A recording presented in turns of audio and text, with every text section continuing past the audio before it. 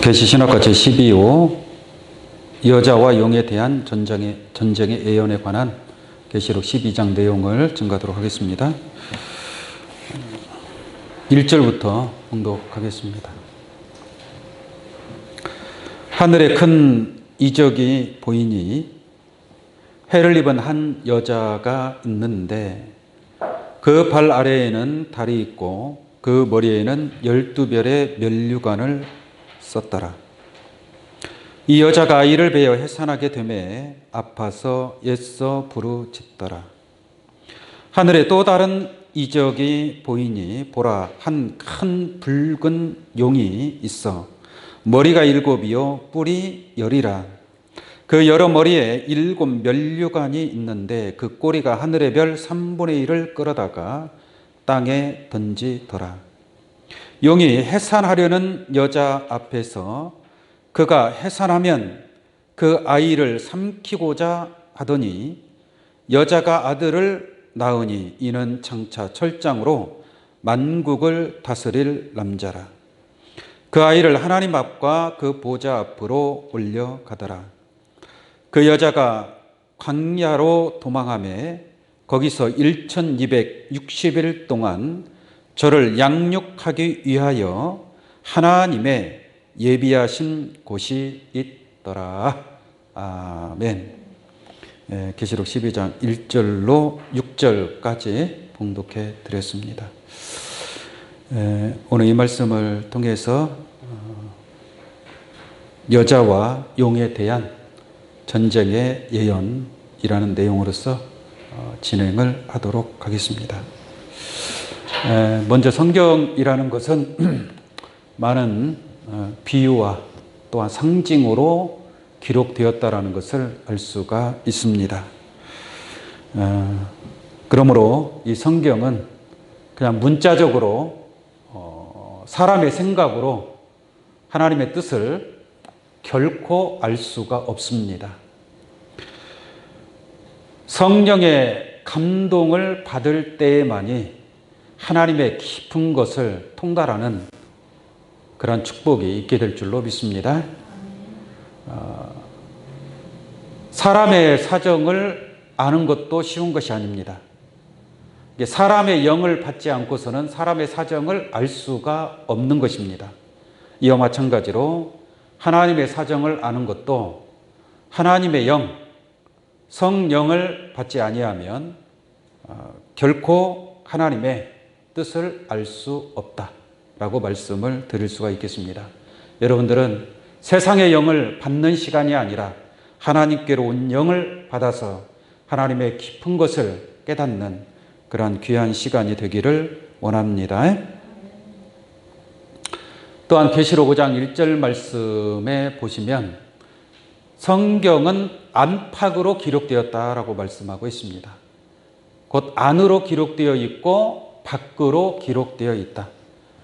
겉으로 기록된 말씀이 있고 가운데로 기록된 말씀이 있습니다. 방금 계시록 12장 1절부터 6절까지 제가 읽어드렸지만 제가 읽어드린 이 내용은 밖으로 기록된 말씀입니다. 밖으로 기록된 말씀이지만 밖으로 기록된 말씀을 알아봐야 그 밖으로 기록된 말씀은 우리에게 우리의 믿음과 우리의 신앙에 있어서 전혀 유익이 될 수가 없습니다. 중요한 것은 그 가운데 것을 깨닫고 지키는 자가 복이 있다는 것을 알기를 원합니다. 그래서 비유와 상징적으로 기록된 그 속에 숨겨져 있는 하나님의 본질적인 뜻을 깨닫고 또 그 하나님의 뜻대로 행하는 귀한 여러분들의 믿음이 되시기를 원합니다. 먼저 교재를 통해서 계시록 12장 전장의 핵심 내용을 한번 먼저 보도록 하겠습니다. 본 장은 창세기 3장 15절의 예언 성취로서 창세기 3장 15절의 내용이 뭔지 아시겠어요? 뱀과 여자에 관한 예언적인 말씀입니다. 선악과를 먹고 난 뒤에 하나님께서 뱀에게 내가 너로 여자와 원수가 되게 하고 너의 후손과 여자의 후손도 원수가 되게 하리니 여자의 후손은 네 머리를 상하게 할 것이요 너는 그의 발꿈치를 상하게 할 것이니라 라는 창세기 3장 15절의 예언이 있죠. 그것은 예언적으로 하신 말씀이란 말이에요. 창세 때 이루어진 것이 아니고, 그래서 그 예언이 성취되는 것이 바로 오늘 본문 말씀에 관한 내용이다라고 말씀을 드릴 수 있겠습니다. 그래서 다시 봅니다. 창세기 3장 15절의 예언 성취로서 하늘의 큰 이적을 통하여 해를 입은 여자 예수가 만국을 철장으로 다스릴 아들을 출산하는 이적과 또 다른 이적을 통하여 7머리 10뿔 짐승이 하늘의 별 3분의 1을 땅에 떨어뜨리는 상대적인 이적이 있으며 하늘 전쟁에서 용과 미가엘이 싸우나 용이 땅에 내어 쫓김으로 용이 여자 예수에게 분노하여 여자가 낳은 아들 만국을 철장으로 다스릴 자를 죽이려고 대적하는 내용으로 기록이 되어 있습니다.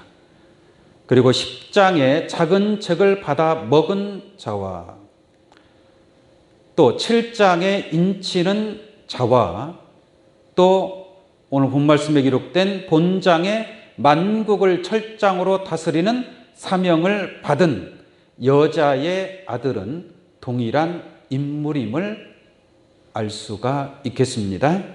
오늘 이 계시록 12장 전쟁에 관한 내용을 핵심으로 요약하면 이와 같다라고 말씀을 드리겠습니다. 자, 그러면 계시록 12장 1절부터 하늘의 큰 이적에 관해서 먼저 알아보도록 하겠습니다. 계시록 12장 1절부터 2절까지 한번 읽겠습니다.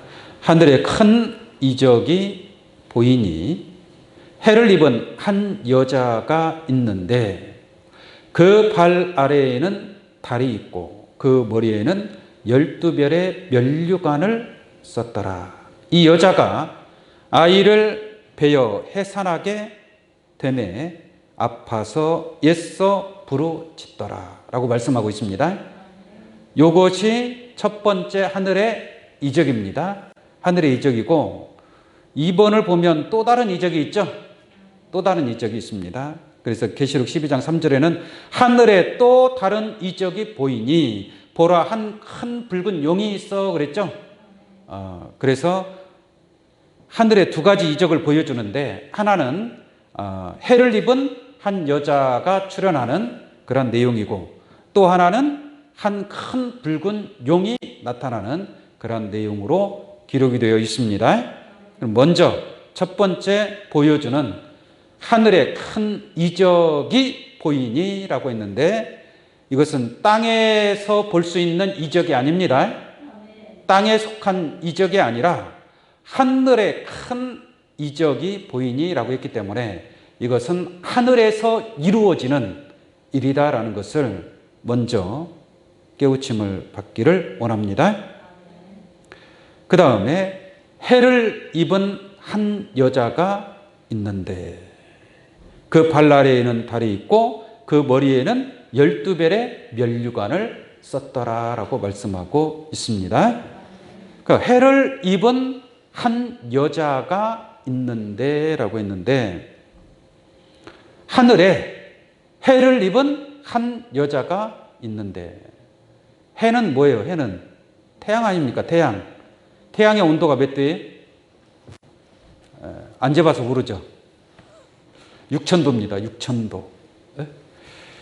근데 해를 입었다라는 것은 해를 쉽게 말하면 걸쳤다는 얘기예요. 옷을 입듯이 여러분들 옷을 입단 말이에요. 입는 것처럼 해를 어떻게 했어요? 입었어요. 누가? 한 여자가. 이 여자 대단해요? 안 대단해요? 좀 무시무시하죠? 해를 입을 정도 됐으니까 그러지 않습니까? 세상에 해를 입을 자가 어디가 있어요? 해를 입을 자가. 그렇다면 실상적인 저 태양을 입을 수 있나요? 입을 수 없죠. 그죠? 그러므로 이 모든 것들은 다 비유적이고 상징적으로 기록된 것을 알 수가 있겠습니다. 어쨌든 간에 해를 입은 한 여자가 있는데, 한 여자가 있어요? 두 여자가 있어요? 한 여자가 있습니다.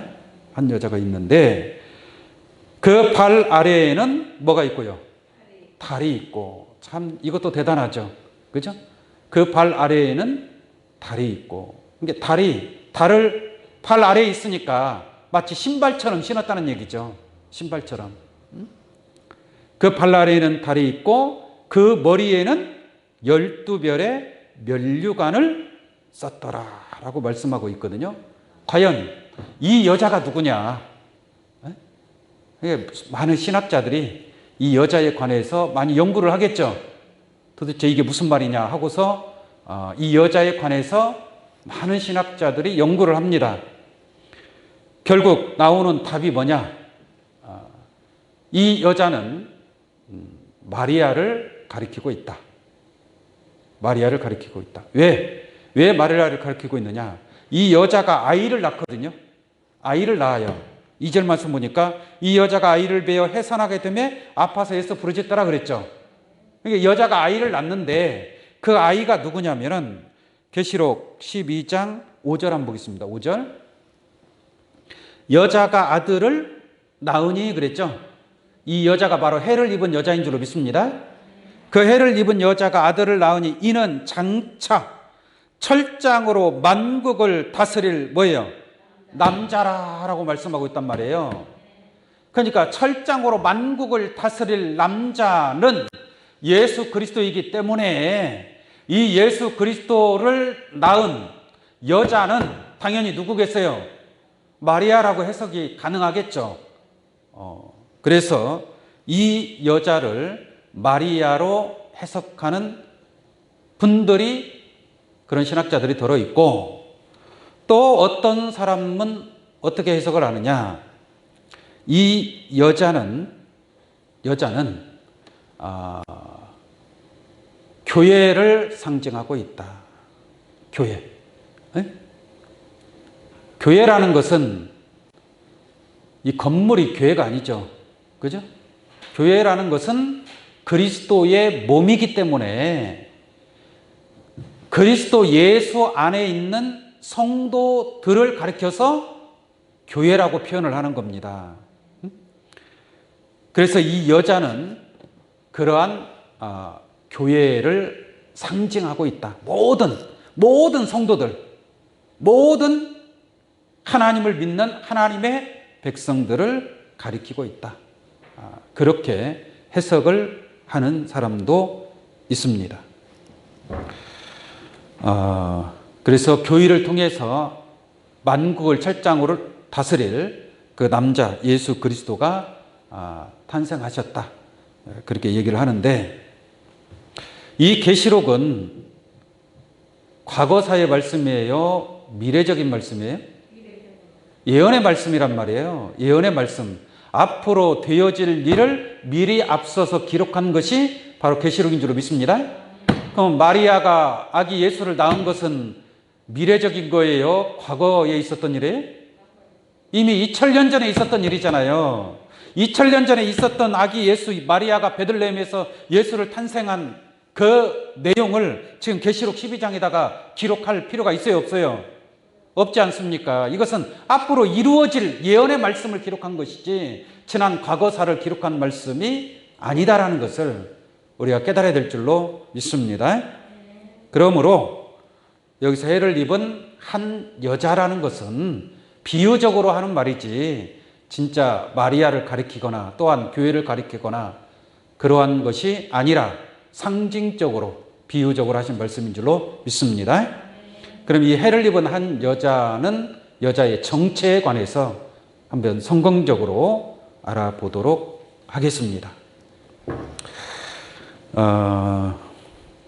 성경에는 여자라는 내용이 많이 나옵니다. 많이 나오는데 먼저 여자의 의미를 잠깐 알아보도록 할게요. 고린도전서 4장 15절로 보겠습니다.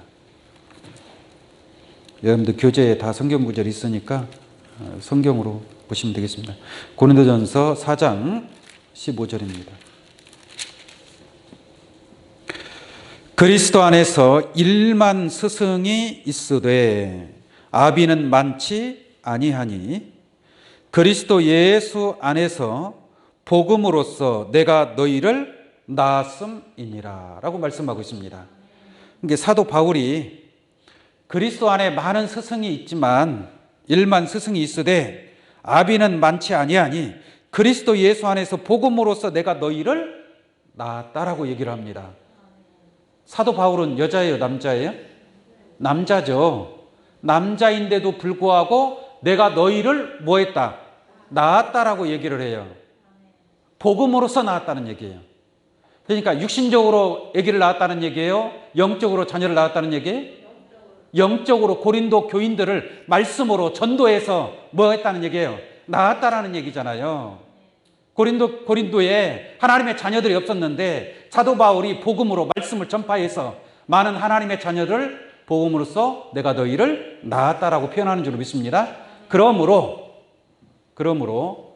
사도 바울은 남자였지만 영적으로 볼 때에는 여자의 입장에 있는 줄로 믿습니다. 그래서 성경에서 여자라는 것은 목자를 상징하고 있습니다. 자녀를 낳는 것은 누구예요? 목자란 말이에요.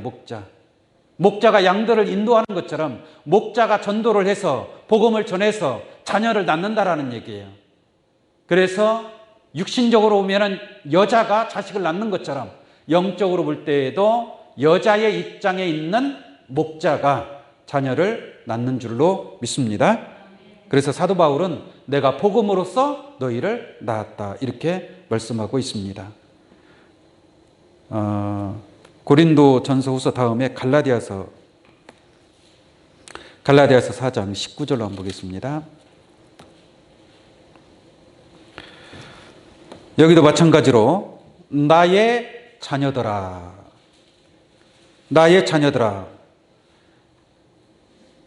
너희 속에 그리스도의 형상이 이루기까지 다시 너희를 위하여 해산하는 수고를 뭐요? 하노니 라고 말씀하고 있습니다. 사도 바울이 해산하는 수고를 한대. 해산하는 수고를. 사도 바울이 남자인데 뭔 자식을 낳고 해산하는 수고를 합니까? 그러니까 이 해산은 육적인 거예요? 영적인 거예요? 그러니까 육적으로도 해산할 때 고통이 있어요? 없어요? 얼마나 많은 고통이 있겠습니까? 여자분들 알잖아요. 그런데 영적으로 사도 바울이 표현하기를 내가 너희를 그리스도의 형상이 이루기까지 예수 그리스도의 형상을 닮을 때까지 내가 너희를 위하여 해산하는 수고를 한다라는 거예요. 사도 바울은 남자지만 영적으로 볼 때 자녀를 낳기 위해서 얼마나 고생을 했는가를 알 수 있는 그런 내용인 줄로 믿습니다. 그러니까 이것은 영적으로 해산하는 거죠. 영적으로. 할렐루야. 그래서 사도 바울은 여자의 입장에 있다라는 것을 우리가 깨달을 수 있는 줄로 믿습니다. 그래서 성경에서 여자라는 것은 자녀를 낳을 수 있는 목자를 상징하고 있겠습니다. 근데 목자는 목자인데 목자도요, 참 목자도 있고 거짓 목자도 있는 것입니다. 그러니까 참 목자만 자녀를 낳는 게 아니라 거짓 목자도 자녀를 낳아야 안 낳아요? 거짓 목자도 자녀를 낳아요. 거짓 목자가 자녀를 많이 낳겠어요? 참 목자가 자녀를 많이 낳겠어요? 네? 성경에서 거짓 목자는 짐승으로 표현합니다. 짐승. 예수님도 짐승으로 많이 표현했죠? 바리새인 율법사들을 뱀들아, 독사의 새끼들아, 개, 돼지, 여우 이렇게 많은 그 짐승으로 표현을 많이 합니다. 그죠? 그래서 참 목자도 자녀를 낳지만 영적으로 볼 때에 거짓 목자들은 더 많은 자녀를 낳아요. 더 많은 자녀를 낳습니다. 그래서 계시록 13장에 보면은 7머리 10뿔 짐승들이 출현하지 않습니까? 그죠? 큰 음녀가 출현하지 않습니까? 그래서 거짓 목자 여자도 있고 참 목자 여자도 있다라는 것을 알 수가 있습니다. 이게 참 목자 여자를 통해서 나온 자들은 구원받을 백성이에요. 구원받을 백성이지만 거짓 목자 여자를 통해서 나오는 그 자녀들은 구원받을 자들이 아니에요. 거짓 목자 여자를 통해서 나온 자들은, 거짓 목자들도 자녀를 낳기 위해서 힘써요? 힘 안 써요? 힘써요. 비유로 말하자면 신천지도 자녀를 낳기 위해서, 전도하기 위해서 부지런히 뛰어야 안 뛰어요? 하나님의 교회도 보세요. 얼마나 열심히 하고 있습니까? 이단 종파도 그렇게 열심히 자녀를 낳기 위해서 그렇게 열심히 하고 있는 거예요. 이게 참 목자만 자녀를 낳는 것이 아니라 거짓 목자들로 자녀를 낳는데, 그러나 그 자녀들은 구원받을 수 있어요, 없어요? 없는 거예요. 거짓 목자의 자녀니까 그 자녀도 뭐예요? 다 거짓 양들이란 말이에요. 참 양이 아닙니다. 참 양은 참 목자의 음성을 듣고, 거짓 양은 거짓 목자의 음성을 듣고 거짓 목자를 따라가요, 안 따라가요? 따라가요. 참 양은 참 목자의 음성을 듣고 참 목자를 따라가게 되어 있는 줄로 믿습니다. 그래서 여자라는 것은 목자를 가리키고 있다. 그러니까 거짓 목자로부터 말씀을 듣고 그 말씀을 인정하고 그 거짓 목자에 순종하고 따라가면, 그것은 거짓 목자는 심판을 받게 되어 있기 때문에 그 거짓을 목자를 따라가는 자들도 같이 함께 멸망에 이를 수밖에 없다라는 것을 깨우침 받을 수가 있겠습니다. 이 거짓 목자 여자에 관해서 한번 잠깐 보도록 하겠습니다. 계시록 14장을 볼게요. 계시록 14장 4절로 봅니다. 이 사람들은, 이 14만 4천을 얘기하는 거죠. 이 사람들은 여자로 더불어 뭐하지 아니하고 더럽히지 아니하고. 그럼 이 여자는 실상에 치마 입은 여자를 얘기하는 게 아닙니다. 만약에 이게 이 여자가 육적인 문자적인 여자라면, 남녀 성별에 구분해서 여자라면, 여자로 더불어 더럽히지 아니할 수 있는 것은 누구예요? 남자란 말이에요. 그잖아요. 그러면 여자는 구원받을 수 있다는 얘기, 없다는 얘기예요? 없다는 얘기죠. 이게 문자적인 여자라면 무슨 말인지 아시겠습니까? 그래서 이거 문자적인 여자가 아니라 여자는 목자를 상징하고 있으니까 이 여자는 더러운 여자다 이 말이에요. 거짓된 여자다 이 말입니다.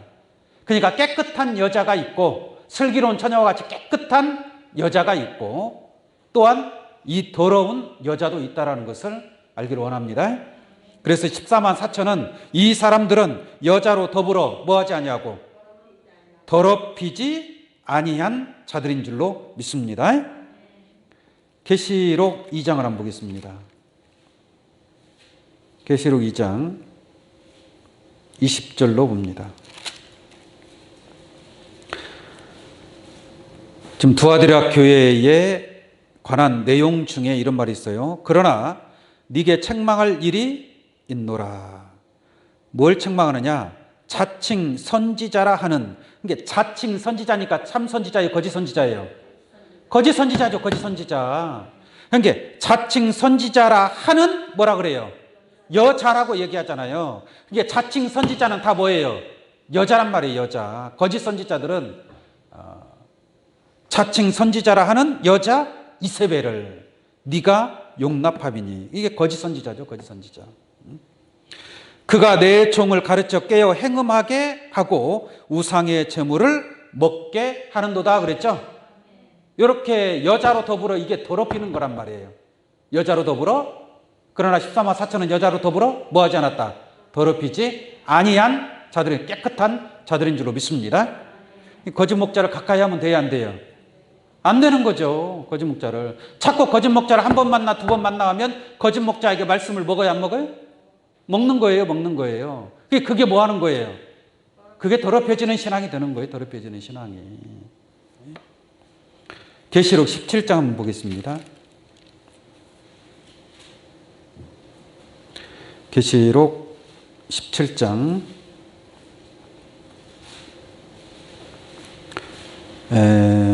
18절로 한번 보겠습니다. 네가 본 바 여자는 그랬죠?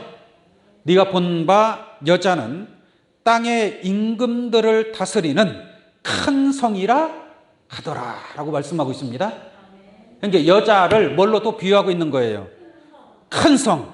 근데 계시록 18장 2절에 뭐라 그랬어요? 힘센 음성으로 외쳐 가로되 무너졌도다 무너졌도다 큰 성 바벨론. 이게 이 큰 성이 바로 여자인 줄로 믿습니다. 그러니까 바벨론에 있는 자들은 다 더러운 여자들이란 말이에요. 더러운 여자들. 이해가시겠습니까?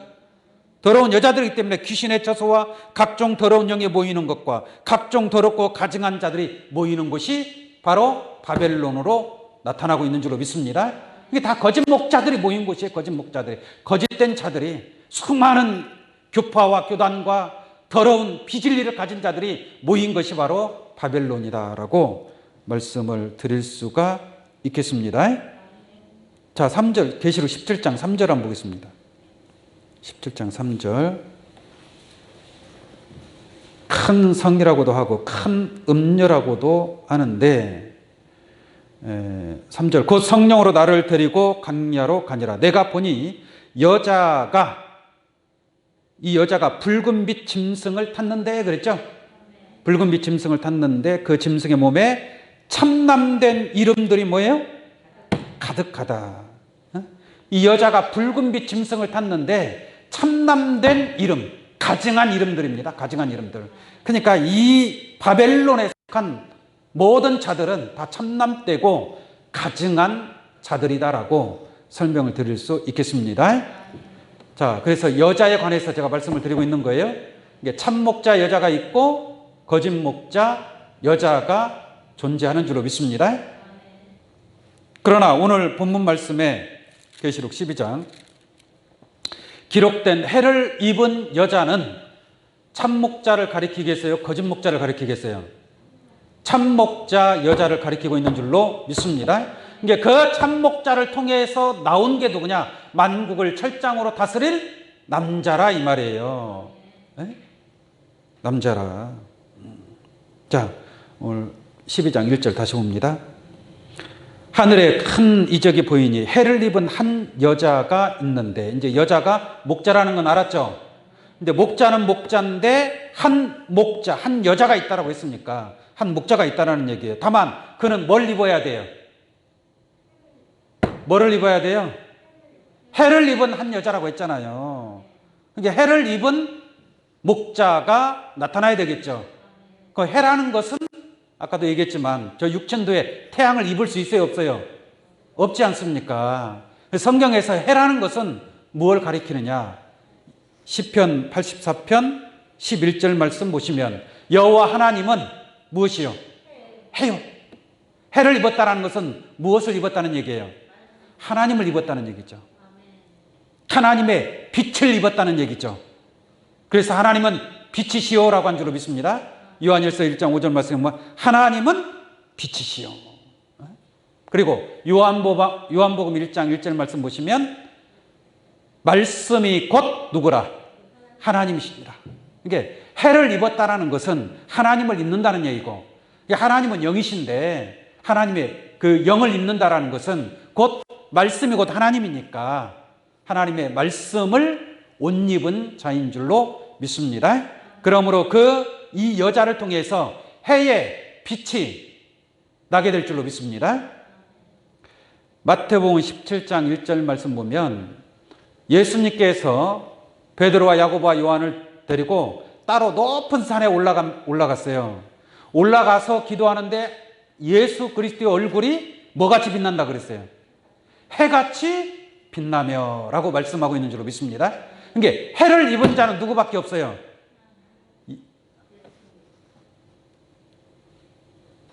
해를 입은 자는 예수 그리스도밖에 없어요. 예수님은 하나님의 이름으로 오신 줄로 믿습니다. 하나님의 모든 지혜와 하나님의 모든 권세와 힘과 능력으로 오신 분이 바로 예수 그리스도라는 것을 알 수가 있겠습니다. 그래서 해를 입은 이 한 여자는 참 목자 중에 목자요. 하나님의 빛을 입고 온 목자라는 것을 깨달을 수 있는 줄로 믿습니다. 그래서 예수님은 내가 세상의 빛으로 왔다라고 얘기하잖아요. 그 전에 빛으로 온 자가 있어요, 없어요? 하나님의 빛으로 온 자가 많은 선지자들이 있었지만 또 말라기 선지자 이후에 400년 동안은 선지자를 보내지 않았잖아요. 그러지 않습니까? 세례 요한도 빛이에요, 빛 아니에요? 세례 요한도 빛이 아니라고 그랬습니다. 세례 요한도 빛이 아니에요. 예수님이 세상에 빛으로 오셨다라는 것을 깨달을 수 있는 줄로 믿습니다. 그래서 해를 입은 한 여자가 있다라는 것은 무슨 교회나 마리아를 상징하는 것이 아니라 정확하게 하나님의 말씀을 가지고 생명의 빛을 가지고 온 예수 그리스도 참 목자를 가리키고 있다는 것을 깨닫기를 원합니다.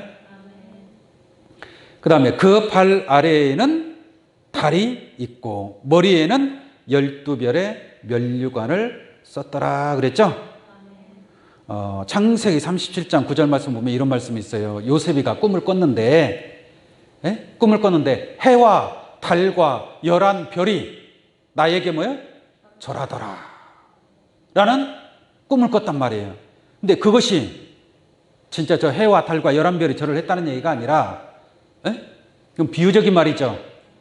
결론적으로 요셉이가 애굽의 국무총리가 되었을 때에 아버지, 어머니, 형제들 다 와서 절했어요, 안 했어요? 다 절을 하게 됐잖아요. 거기서 해는 누구를 가리키는 거예요? 아버지를 가리키는 것이고, 달은 어머니를 가리키는 것이고, 11별은 11 형제를 가리키고 있는 줄로 믿습니다. 그래서 해와 달과 11별이 내게 절하더라 라고 말씀한 거죠. 그래서 해는 아까도 얘기했지만 하나님을 상징하고 있다고 그랬죠. 그러면 달은 누구를 상징하겠어요? 예수님을 상징하고 있습니다. 예수님. 그럼 별들은 12별은 누구를 상징하겠어요? 12 선지자, 예수님의 12 제자를 상징하고 있음을 알 수가 있겠습니다. 시편 89편 37절.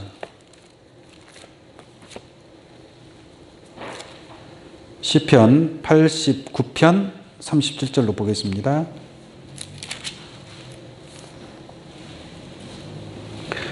또 궁창의 확실한 증인. 궁창의 확실한 증인을 뭘로 표현하고 있어요? 달같이 그랬죠? 궁창의 확실한 하늘, 궁창은 하늘이니까 하늘의 확실한 증인이 뭐라고 하는 얘기예요?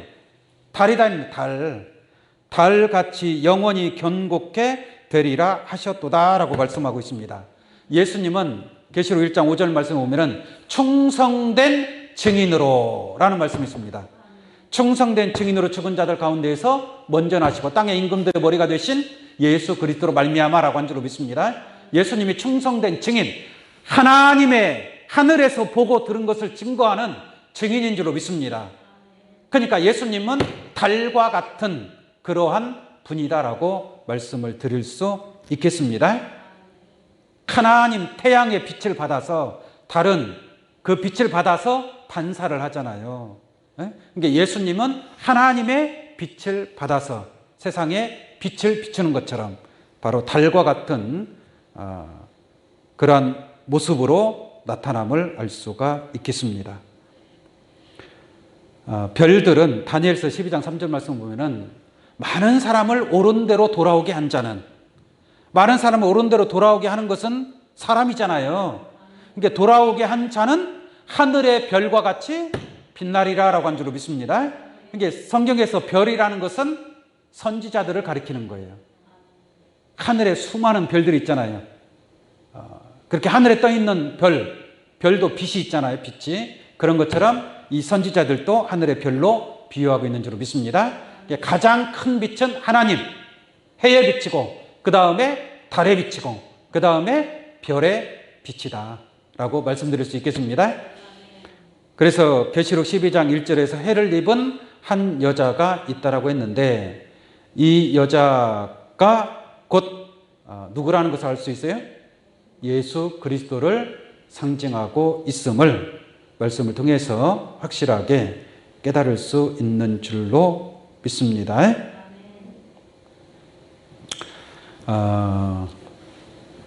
고린도후서 4장 6절 말씀 보면 어두운 가운데에서 빛이 비추리라 하시던 그 하나님께서 예수 그리스도의 얼굴에 있는 하나님의 영광을 아는 빛을 우리 마음에 비추셨느니라 라고 말씀하고 있습니다.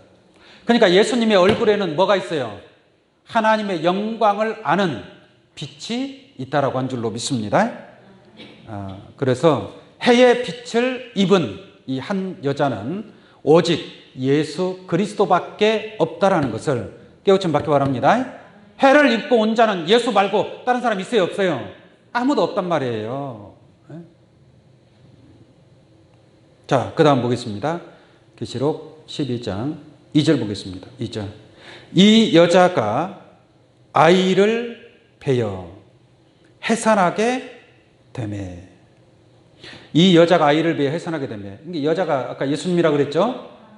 이게 예수님도 남자잖아요, 육신적으로 오면은. 그죠? 그리고 십자가에 운명하셨고, 무슨 아이를 낳은 적이 있어요, 없어요? 없잖아요. 이것도 뭐예요? 영적으로 해산하는 역사인 줄로 믿습니다. 그러니까 예수님이 영적으로 아이를 해산하는 역사란 말이에요. 이 여자가 아이를 베어 해산하게 되매 아파서 애써 부르짖더라. 그러니까 이 해산하는 것이 참 쉬운 일이 아니죠. 그죠? 그러니까 예수님이 이 만국을 철장으로 다스릴 아이를 해산을 해야 된단 말이에요. 그 해산하기 위해서 아파서 애써 부르짖더라. 많은 고통이 수반된다라는 것을 알 수 있는 줄로 믿습니다. 이 아이가 누구냐? 만국을 철장으로 다스릴 남자다 이 말이에요. 계시록 12장 5절 말씀 아까 봤지 않습니까? 다시 한번 볼게요. 계시록 12장 5절. 여자가 아들을 낳으니 이는 장차 철장으로 만국을 다스릴 뭐예요? 남자를 낳게 되는 줄로 믿습니다. 만국이 만나라, 모든 나라 아니겠습니까? 만국이니까 모든 나라를 철장으로 다스릴 남자를 낳는 거예요.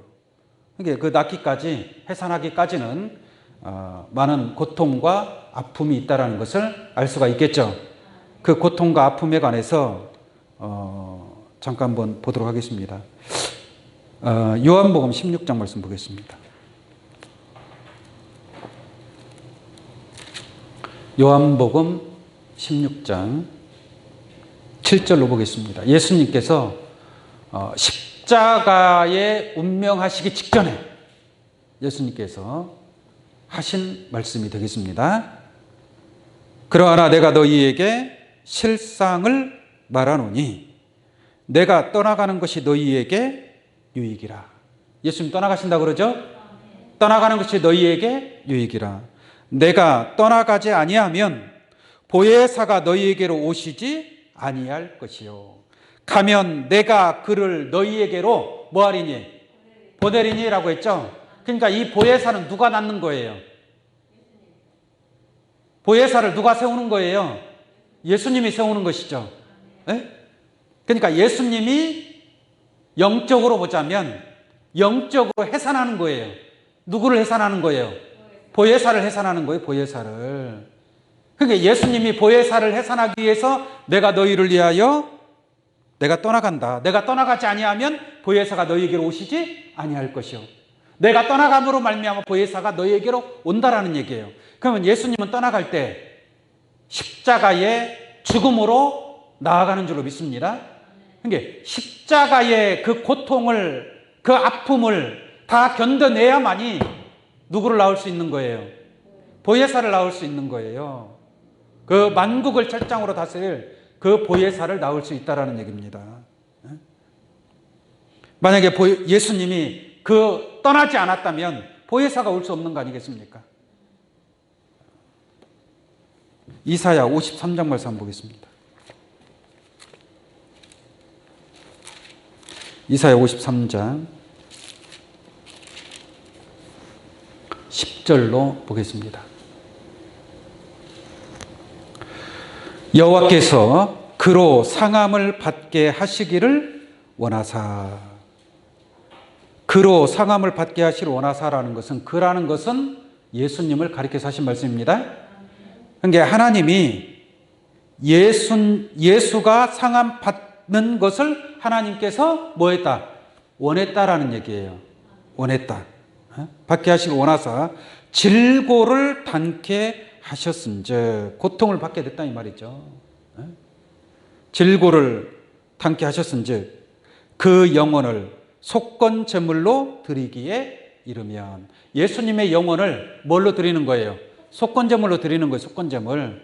죄를 속하는 그러한 제물로 예수님의 영혼을 드린 줄로 믿습니다. 속건 제물로 드려야만이 그가 그 씨를 보게 되며, 이게 그가라는 것은 예수님을 얘기하는 거예요. 이게 그 씨는 누구의 씨를 본다는 얘기예요? 예수님의 씨를 보는 거예요. 이게 씨를 본다라는 것은 뭐예요? 자녀를 낳는다는 얘기잖아요. 그러니까 예수님의 영혼을 십자가의 속건 제물로 드렸기 때문에 예수님이 그 씨를 보게 되는 줄로 믿습니다. 그러므로 해산의 고통이 있다는 얘기, 없다는 얘기예요? 해산의 고통이 있다는 얘기죠. 그 아들을 낳기 위해서, 그 씨를 보기 위해서, 예수님으로부터 나오는 또 다른 씨를 보기 위해서 그 아픔, 해산의 고통이 있고 아픔이 있고 그러한 것을 알 수가 있습니다.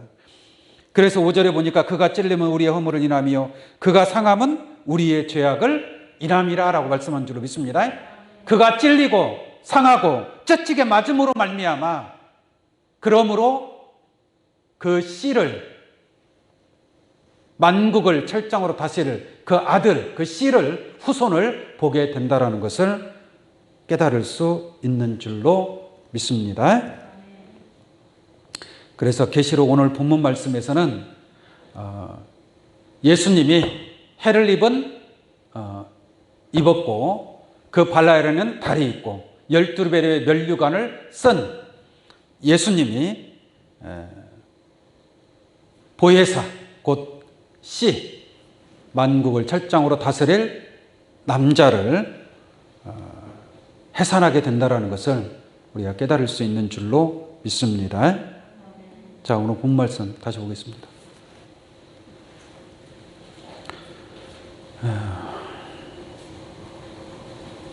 계시록 12장 3절 보겠습니다. 3절. 자, 또 다른 이적에 관해서 보겠습니다. 용의 첫 번째 1차 계획이 되겠습니다. 계시록 12장 3절 보겠습니다. 앞에서는 해를 입은 여자에 관해서 말씀을 드린 거고요. 그 다음에 3절에서는 하늘에 또 다른 이적이 보이니 그랬죠. 그러니까 해를 입은 여자가 자녀를 낳는 내용이 있고, 또 다른 이적은, 이건 사단의 역사입니다. 사단의 역사. 또 다른 이적이 보이니 보라, 한 큰 붉은 용이 있어. 붉은 용이 있어. 머리가 7이요 뿔이 10이라. 그 여러 머리에 7 면류관이 있는데 라고 말씀하고 있죠. 그러니까 이 7머리 10뿔 짐승, 한 큰 붉은 용. 용은 뭐예요? 계시록 20장 2절에 용을 잡으니 뭐라고 그랬어요? 뱀이요 마귀요 사단이라고 말씀하고 있습니다. 그러니까 이 사단의 역사가 사단의 이 하늘에서 이 사단의 또 다른 그 이적이 나타나고 있다는 것을 알 수가 있습니다. 그래서 한 큰 붉은 용이 있는데 머리가 7개고 뿔이 10개가 달렸어요. 그리고 그 머리마다 면류관이 있습니다. 면류관이 있고 그 뒤에 4절 보니까 그 꼬리가 하늘의 별 3분의 1을 끌어다가 땅에 던지더라 그랬죠. 여기서 그 꼬리라는 것은 용꼬리를 얘기하는 거예요. 용꼬리. 7머리 10뿔 짐승, 머리가 7개인데 꼬리가 얼마나 힘이 센지 그 꼬리가 하늘의 별을 3분의 1을 끌어다가 땅에 던지는 이런 무시무시한 이러한 일들이 지금 일어날 것을 이렇게 예언적으로 하신 말씀인 것을 여러분들 깨우침 받기를 바랍니다. 자, 그러면 한 큰 붉은 용에 관해서 말씀을 드리도록 하겠습니다. 한 큰 붉은 용, 계시록 17장 3절을 보겠습니다. 계시록 17장 3절.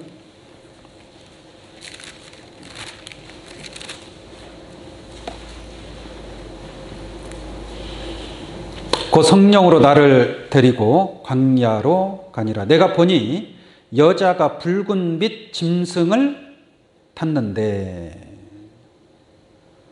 이 붉은 빛 짐승이 그 용이라 그랬잖아요. 한 큰 붉은 용이 있는데 그랬잖아요. 머리가 7, 뿔이 10이라 아까 본 말씀에. 근데 여기도 마찬가지예요.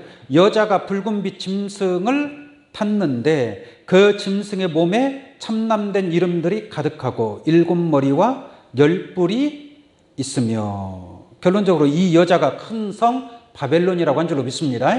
그러니까 7머리는 또 7산이고 7왕이고 10뿔은 10왕이라고 했단 말이에요. 그러니까 7머리 10뿔 짐승이라는 것은 사단의 영을 받은 그러한 그 7왕, 7 조직체가 연합을 해서 한 큰 붉은 그러한 짐승을 형성하고 있다는 것을 깨우침 받기로 바랍니다.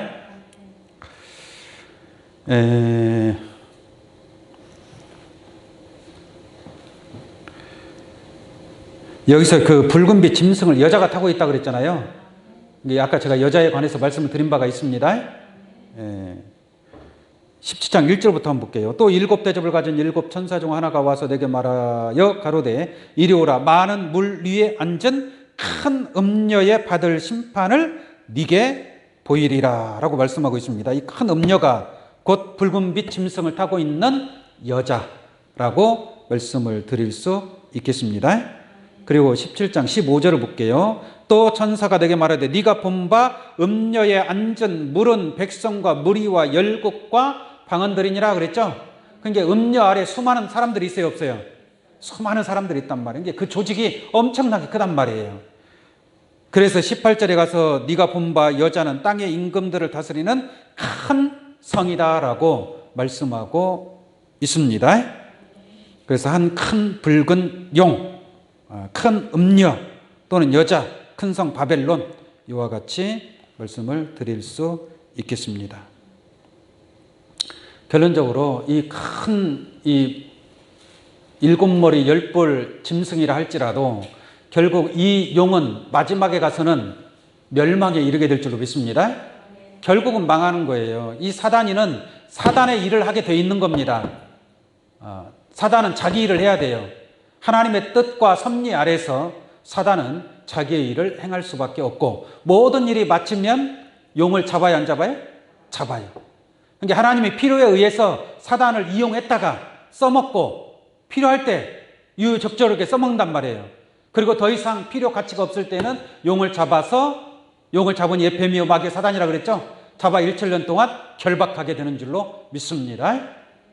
사단이 가는 길은 이미 다 작정되어 있고 멸망에 이를 수밖에 없다라는 것을 말씀을 드립니다. 계시록 17장 9절 한번 잠깐 보겠습니다. 17장 9절. 세상에 용이라는 동물이 있어요? 용이라는 게 있어요, 없어요? 없어요. 근데 성경에 용이라고 나오죠. 이건 추상적인 동물입니다. 추상적인 동물. 마귀도 추상적인 것이고 사단도 추상적인 거예요. 뱀은 있죠, 뱀은. 하나님이 지으신 들짐승 중에 뱀이 가장 강귀하다라 그랬습니다. 그러니까 뱀을 하나님 만들었어요, 안 만들었어요? 만든 거예요, 만든 거예요. 무슨 범죄한 천사가 하늘에서 쫓겨나서 사단이 되었다라고 말하는 것은 그는 너무나도 그냥 하나님의 뜻을 알지 못하는 자들의 소리다, 이렇게 말씀을 드립니다. 지금 제가 아까 계시록 12장 말씀드렸을 때에 첫 번째 이적, 하늘의 이적이 있다고 그랬죠? 근데 또 다른 이적도 하늘에 있는 이적입니다. 그러니까 큰 그 짐승, 7머리 10뿔 짐승도 어디에 있다고 그래요? 하늘에 있는 거예요, 하늘에. 무슨 사단이가 하늘에서 떨어집니까? 떨어지기를. 아직 안 떨어졌어요. 계시록 12장 그 후반절에 가서 떨어지는 내용이 나와요. 미가엘 천사장과 전쟁이 일어납니다. 전쟁이 일어나서 떨어진단 말이에요. 아직 사단이가 하늘에 존재하고 있는 거예요, 하늘에. 이 하늘이라는 의미가 저 공중 하늘을 생각하니까 엉터리 같은 그런 많은 말들을 쏟아내고 있는 겁니다. 이게 사람의 지식으로는 하나님의 뜻을 알 수 있어요, 없어요? 없습니다. 결코 알 수 없는 거예요. 그래서 성령의 감동으로, 성령의 인도하심으로, 진리 성령이 인도하는 대로 따라가면 모든 진리 가운데 인도받게 될 것인 줄로 믿습니다. 자, 그러면 하나 넘겨서 계시록 12장 4절을 보겠습니다. 그 꼬리가 하늘의 별 3분의 1을 끌어다가 땅에 던지더라 라고 말씀하고 있습니다. 그 꼬리는 누구 꼬리겠어요? 용꼬리예요. 용꼬리. 용꼬리가 하늘의 별 3분의 1을 끌어다가 땅에 던지더라. 하늘의 별이 몇 개인지 몰라도 그 중에 3분의 1을 끌어다가 땅에 던지면 이 지구는 어떻게 되겠어요? 3분의 1이 아니라 하나만 갖다가 이 지구하고 부딪히게 만들어도 지구는 없어져 버려요. 그 순간에. 여기서 별이라는 것은 비유적인 말씀이죠. 아까 예수님도 12별은 12제자를 상징한다고 하는 것처럼 이 하늘의 별, 하늘에 속한 선지자들을 얘기하고 있는 줄로 믿습니다. 하늘에 속한 백성들을 얘기하는 거예요. 하늘에 속한 자. 그 하늘에 속한 자 가운데에서도 똑바로 말씀을 온전하게 깨닫고 확실한 믿음을 가지고 있어야 되는데 반신반의하는 신앙, 진리를 믿지 못하는 신앙, 하나님의 섭리와 뜻을 온전히 믿지 못하는 신앙, 자기 것이 강한 자들을 얘기하는 거예요.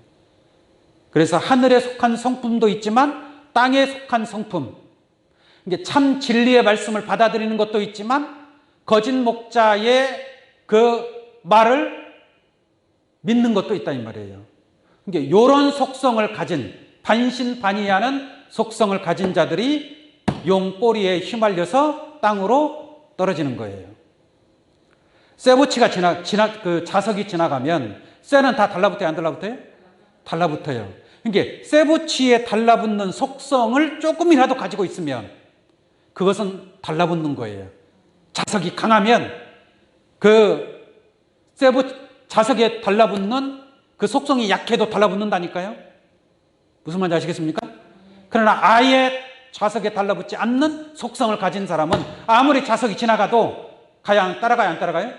절대로 따라가질 않습니다. 사단 마귀에게 붙을 마음이 조금이라도 있는 사람은 그냥 쫓아간단 말이에요. 그래서 용꼬리에 의해서 3분의 1이 하늘에 속한 자가 떨어지지만 않으면 하늘의 빛으로 영원토록 영광을 누릴 자가 그 속성을 가지고 있기 때문에 떨어진다라는 얘기예요. 그래서 14만 4천은 여자로 더불어 더럽혀요, 안 더럽혀요? 더럽히지 아니하는 자들이란 말이에요. 그게 지혜자예요, 그게. 이게 육신에 속하지 않았다는 얘기예요. 육신에 속한 속성이 없는 거예요.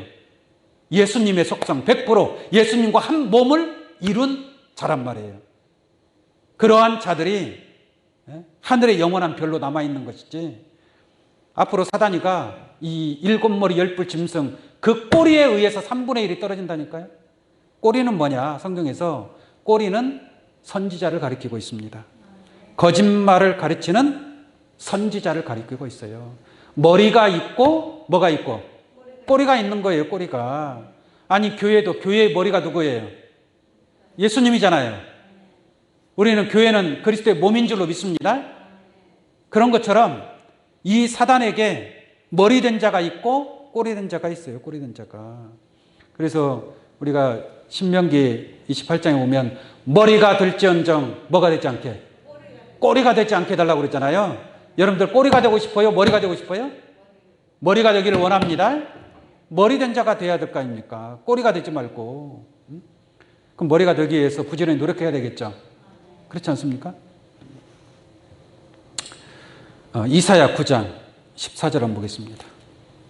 이사야 9장 14절.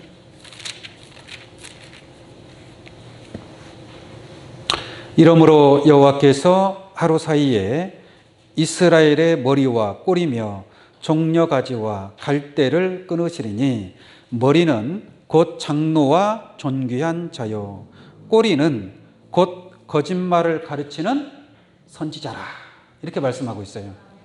그러니까 머리는 장로와 존귀한 자들, 그죠? 이 머리 된 자라고 얘기하고 꼬리는 뭐라고요? 거짓말을 가르치는 선지자다 이 말이에요. 그러니까 7머리 10뿔 한 큰 붉은 용 짐승 있잖아요. 이 짐승 자체가 다 거짓말의 조직체란 말이에요. 근데 그 중에 맨 꼴이 된 자는 거짓말을 가르치는 선지자들이란 말이에요. 그 꼬리에 의해서 하늘의 별이 3분의 1을 떨어지는 역사가 있다 이 말이에요. 이게 얼마나 못났으면 떨어지냐는 얘기지. 가룟 유다도 하늘의 별과 같은 자 아닙니까? 예수님의 12 제자니까. 그죠? 근데 가룟 유다가 돈 욕심에 떨어졌어요, 안 떨어졌어요? 떨어져 버린 거예요. 그 제사장들하고 작당을 해서 결국 떨어진 거예요. 그 속성을 가룟 유다가 가지고 있었다니까요. 그 속성을. 돈의 유혹을 받아서 예수님을 팔아먹을 그 마음을, 그러한 속성을 가진 게 바로 가룟 유다였다는 겁니다.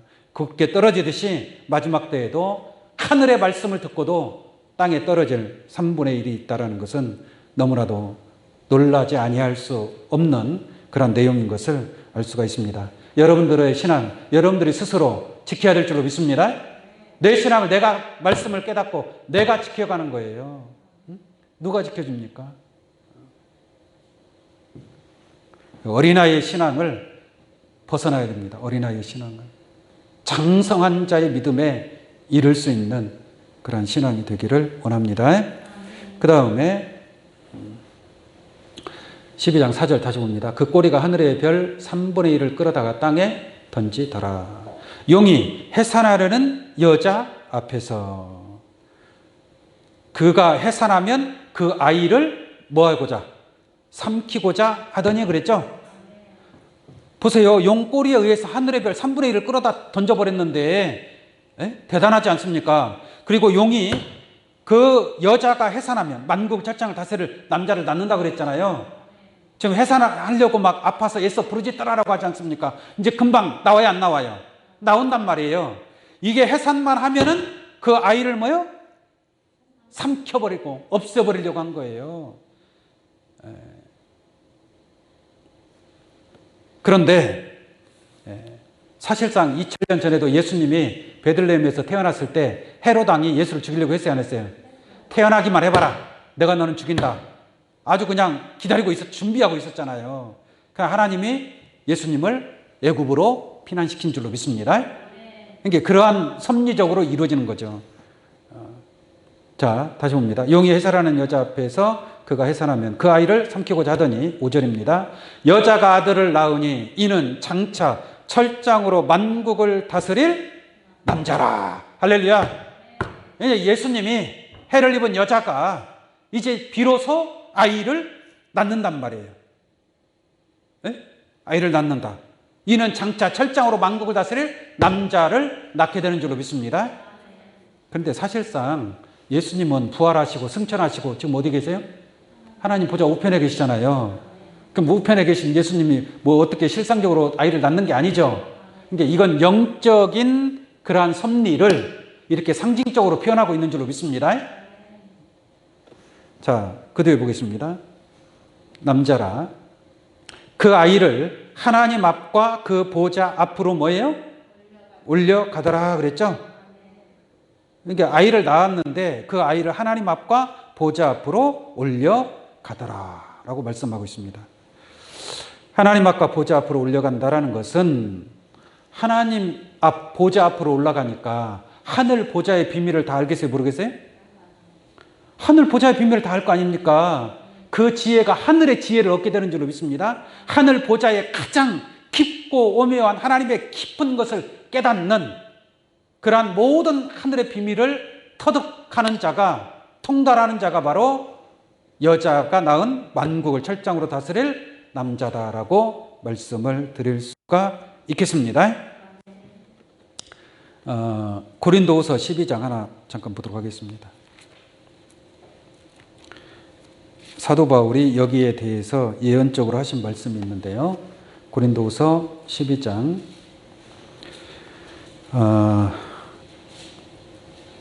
1절부터 보겠습니다. 무익하나마 내가 부득불 자랑하노니 주의 환상과 계시를 말하리라. 내가 그리스도 안에 있는 한 사람을 아노니 14년 전에 그가 셋째 하늘에 이끌려 간 자라. 성경의 셋째 하늘은 가장 높은 하늘이죠. 가장 꼭대기 하늘이 바로 셋째 하늘이 되겠습니다. 근데 셋째 하늘에 이끌려 갔대요. 그리스도 안에 있는 한 사람이 있는데 몇 사람이 있는데? 한 사람이 있는데 그 한 사람이 셋째 하늘에 이끌려갔대요. 셋째 하늘에. 가장 높은 하늘에 이끌려갔다는 얘기죠. 이끌려간 자라 그가 몸 안에 있었는지 몸 밖에 있었는지 나는 모르거니와 하나님은 아시니라. 내가 이런 사람을 아노니 그가 몸 안에 있었는지 몸 밖에 있었는지 나는 모르거니와 하나님은 아시느니라. 여기서 이 셋째 하늘로 이끌려간 자가 어떤 사람은 또 사도 바울이라고 이렇게 얘기하는 사람이 있는데 그렇지가 않습니다. 그리스도 안에 있는 한 사람, 그가 몸 안에 있었는지 몸 밖에 있었는지 나는 모르지만 하나님은 안다 라고 말씀하고 있는 겁니다. 4절 보겠습니다. 그가 낙원으로 이끌려 가서, 어디로 이끌려 가세요? 낙원으로 이끌려 갔단 말이에요. 그러니까 낙원으로 이끌려 갔다는 건 셋째 하늘이 곧 어디다? 낙원이다라는 얘기예요. 낙원이다. 낙원으로 이끌려 갔으니까 낙원의 모든 비밀을 다 알 거 아니겠습니까? 그죠? 이끌려 가서 말할 수 없는 말을 들었으니 사람이 가히 뭐예요? 이르지 못할 말이로다라고 얘기하는 거예요. 그러니까 이 셋째 하늘에 이끌려 간 자, 곧 여자가 낳은 아들, 만국을 철장 다스릴 남자가 하나님 보좌 앞으로 올려가더라라는 말씀과 같이 이 모든 하늘의 비밀을 깨닫는 자가 바로 이 셋째 하늘 낙원에 이끌려 간 자요. 그러므로 사람이 가히 이르지 못할 말이에요. 사람으로서는 할 수 없는 말을 한다 이 말이에요. 무슨 말인지 아시겠습니까? 그런 말을 전하는 자가 바로 셋째 하늘에 이끌려 간 자다라고 말씀을 드립니다. 사도행전 13장 말씀 하나 보겠습니다. 사도행전 13장 사도행전 13장 40절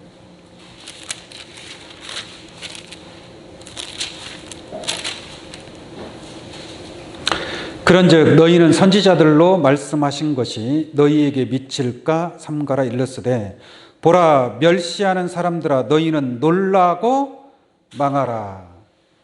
이게 무슨 말이냐면은 셋째 하늘에 이끌려간 자가 하늘 보좌 앞으로 이끌려간 자가 하늘의 말을 보고 들은 것을 증거할 거 아니에요. 이게 증거하면은 사람들이 받아주는 것이 아니라 뭐 한다고요? 멸시한다는 얘기입니다. 멸시. 그래서 멸시하는 사람들아 너희는 놀라고 뭐요? 망하라 이거예요. 왜 놀라고 망하겠어요? 저 사람이 하는 말을 하나도 안 믿었는데 멸시했는데 그 사람이 전한 말씀대로 이루어지 안 이루어져요? 이루어진단 말이에요. 이루어지니까 놀래요 안 놀래요? 놀래요. 그 다음 뭐예요? 망하는 거예요.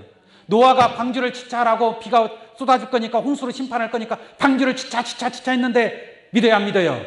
안 믿어. 멸시해. 근데 진짜 비가 와요 안 와요? 비가 와요.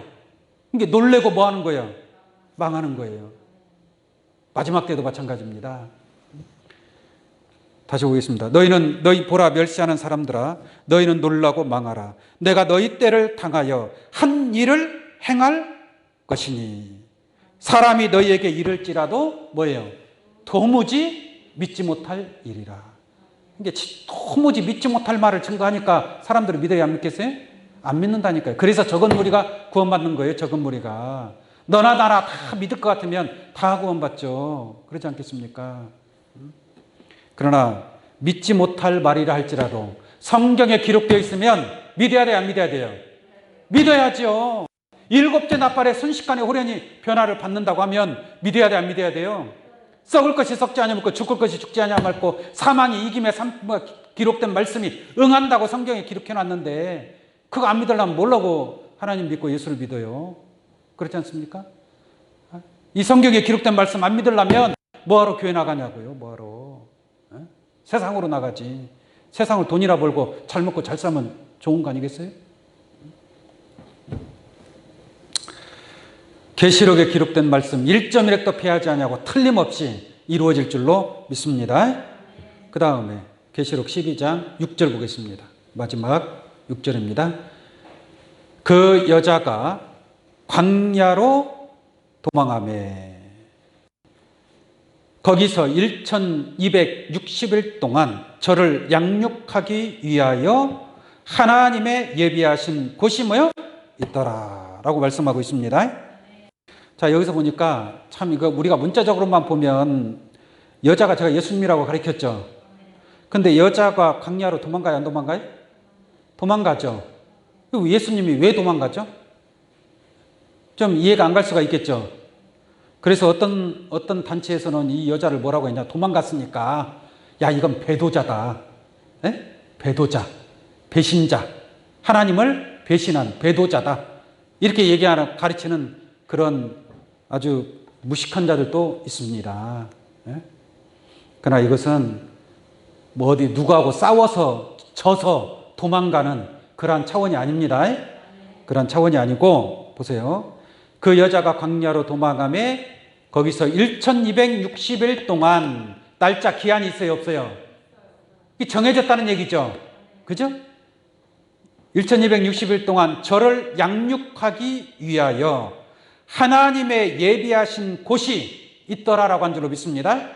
하나님께서 예비한 곳으로 가는 거예요. 하나님의 작정된 뜻과 모략에 의해서. 할렐루야.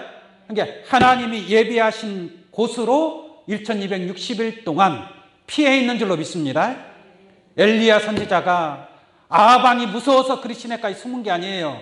3년 반 동안 비가 오지 않을 것을 엘리야 선지자가 예언을 했죠. 그러니까 3년 반 동안은 엘리야가 아합왕을 만나요, 안 만나요? 만날 수 있어요, 없어요? 아무리 찾아도 있어요, 없어요? 그냥 광야로 숨어버린 거예요. 광야로 그리 시내가에 숨어버리니까 못 찾는 거예요. 그 백성들, 군인들 다 불어서 찾아도 못 찾아요? 못 찾는 거예요. 그런 것처럼 하나님의 뜻을 이루기 위해서 이 여자가 하나님이 예비한 곳으로 1260일 동안 그 예비하신 곳에 거하게 된다라는 것을 깨우침 받기 바랍니다. 이는 용, 뱀, 마귀, 사단이가 찾을 수 없도록 피하는 거예요. 양육을 받는다라는 것은 예수님이 양육받는다는 얘기가 아니라 예수님이 낳은 그 후손이 양육받는다라고 이해를 하시면 될 줄로 믿습니다. 오늘 이 말씀을 통해서 오늘 이 자리에 계신 여러분들이 해를 입은 여자, 곧 예수 그리스도를 통해서 나온 그러한 만국을 철장으로 다스릴 이 남자와 더불어 함께 할 수 있는, 끝까지 이기고 승리하는 자가 되시기를 예수의 이름으로 축원합니다. 말씀 마치도록 하겠습니다.